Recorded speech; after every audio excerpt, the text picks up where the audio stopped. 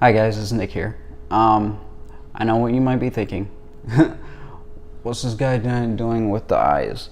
Now, first off, I want to say that one thing that I've learned or I've felt at least is don't ever judge someone by the way they look. Don't just assume. Don't just just don't. The reason I wanted to make this video is because I came across a video by Patrick Bet-David, who made a video saying it's pointless to try and motivate people because motivation has to come from within. And the point that really drove it home for me is in that video, and I'll post the link to that video in the description. Is that motivation really comes from trauma, and something that may help me get to where I am today is because of what I went through, and just my mindset of how I was thinking while growing up. And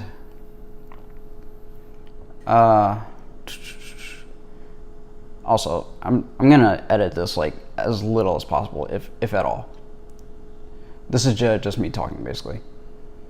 And so something I wanted to do based off that is kind of share my mindset, how I was thinking and how I got to what I was thinking, how I was thinking, and how that kind of drove me to where I am today, living really good in Los Angeles.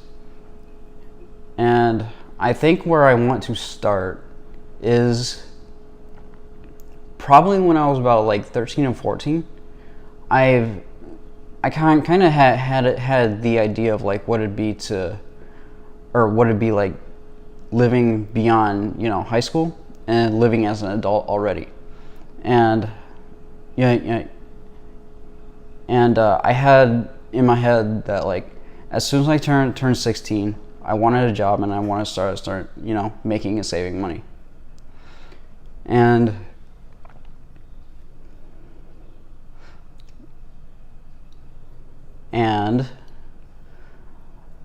that was my mindset as I was that young age. I wanted to get into the workforce early.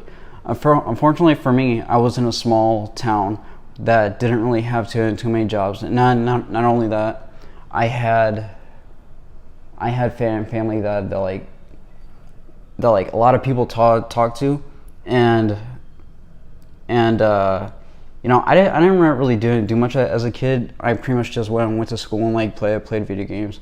And I'm pretty sure as people ask my mom or my grandma or relatives, it's how am I doing? It's oh yeah, he goes to school and stays home and plays video games all day. It's that didn't help me at all with how employers looked at me, because when I got my first job, I believe I was 18, and it was at a pizza place in my town, and it was basically working for my aunt and uncle, and they also had their two kids there were working as well. And I believe my uncle already had this idea of how I am as a person. I'm a gamer, I'm lazy, and it's I won't do much. And he didn't really give me a chance, but because I only worked twice a week on Saturday and Sunday, so I didn't really have time to grow and get better. It's how can you get better at a job when you're only working twice a week?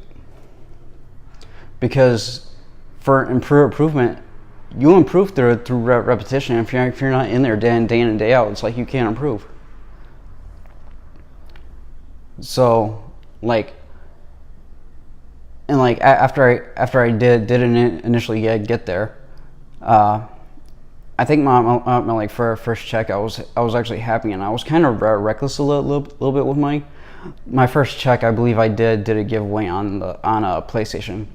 I had a group of friends, and like I basically did a raffle for like I think like $100, and that was stupid of me. Like it's a nice gesture to do things like that, but like as for personal growth, that's not a smart thing to do. And let's see, after that job, when we ended up moving to Indiana, I went to Indiana with my family, and I believe it took me a while to actually get a job, but like once I actually got a job, I grew pretty quickly there, working like Monday through Friday, and so much so that like I think after about like 6 months, I built up enough money to move, because I was just in a bad situation with my family that like I kind of had to get out.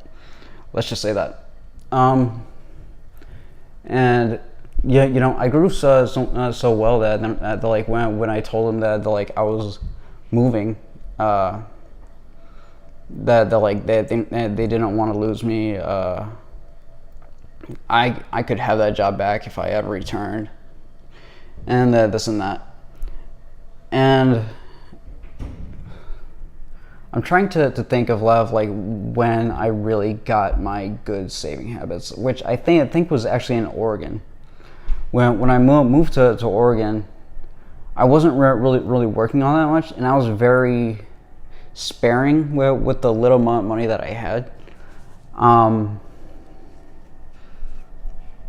I living in Oregon, like on my own, mostly on my own. I did have a roommate.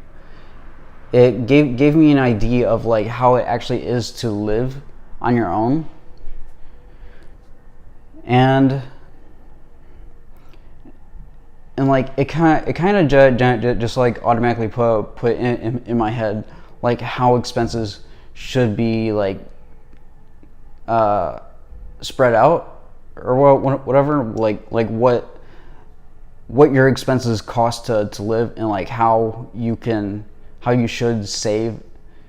Because I've never really been one to really go out too much, and especially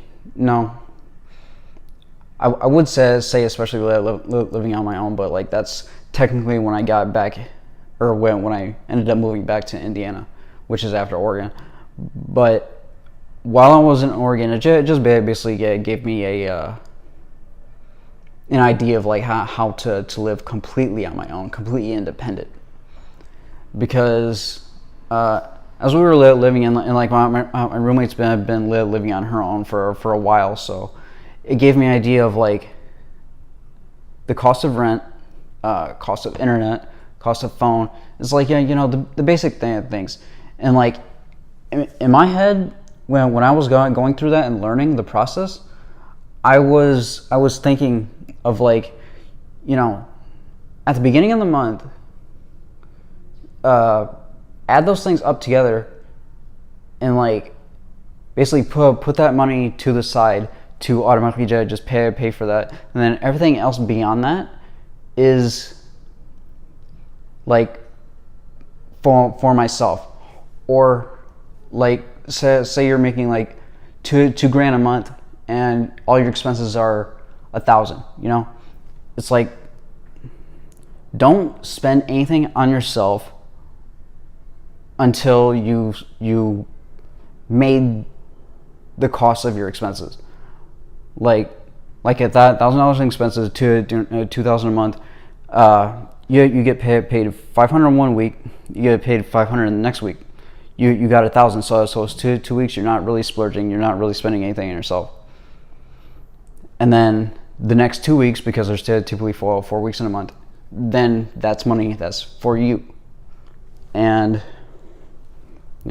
tax and all that, probably want to save that for later. I mean, I never really had an issue with taxes.